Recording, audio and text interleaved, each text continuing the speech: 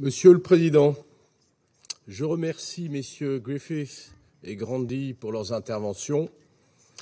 Les conséquences humanitaires de l'offensive russe en Ukraine sont dramatiques. Le nombre de victimes civiles, y compris des enfants, ne cesse d'augmenter. Des villes sont bombardées. Des infrastructures civiles sont détruites. Environ 500 000 personnes ont été contraintes de fuir et de se réfugier en Pologne, en Hongrie, en Roumanie, en Slovaquie et en Moldavie. Ce chiffre augmente chaque heure. La France salue la solidarité dont les États voisins de l'Ukraine font preuve. La Russie, membre permanent de ce Conseil, viole les principes les plus fondamentaux de la Charte des Nations Unies. Elle piétine le droit international humanitaire, elle bafoue les droits de l'homme, elle piétine les conventions de Genève. La France réitère son appel à une cessation immédiate des hostilités qui doit précéder tout pourparler de paix. La protection des civils, y compris des enfants et des personnels humanitaires, ainsi que des infrastructures civiles, est une priorité absolue. La France ne transigera pas là-dessus. Elle réitère son appel à un accès humanitaire sûr et sans entrave à l'ensemble des personnes dans le besoin.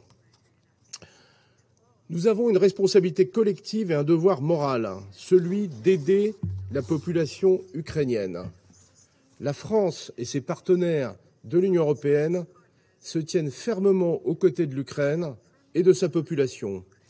L'Union européenne a déjà annoncé 90 millions d'euros d'aide humanitaire. La France y prend également sa part. Elle vient d'envoyer 33 tonnes d'aide humanitaire en Pologne pour venir en aide aux Ukrainiens et elle s'apprête à acheminer plus de 30 tonnes d'aide humanitaire en Moldavie. La France salue le lancement, demain, par les Nations Unies, d'un plan de réponse d'urgence pour l'Ukraine et d'un plan pour aider les réfugiés ukrainiens dans la région. Nous appelons l'ensemble des États membres à y contribuer financièrement. La France salue également la nomination par le secrétaire général de M. Armin Awad comme coordinateur des Nations Unies pour la crise en Ukraine.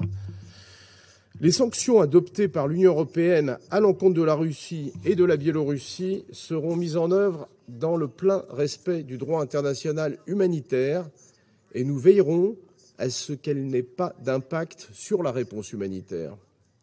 Monsieur le Président, la France prépare avec le Mexique un projet de résolution du Conseil appelant au plein respect du droit international humanitaire, à la protection des civils et à un accès humanitaire sans entrave afin de répondre aux besoins urgents de la population ukrainienne.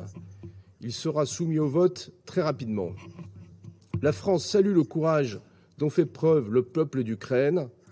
Aux Nations Unies et dans toutes les enceintes, elle continuera de se mobiliser avec ses partenaires pour soutenir la souveraineté et l'intégrité territoriale de l'Ukraine, ainsi que le peuple ukrainien. Je vous remercie.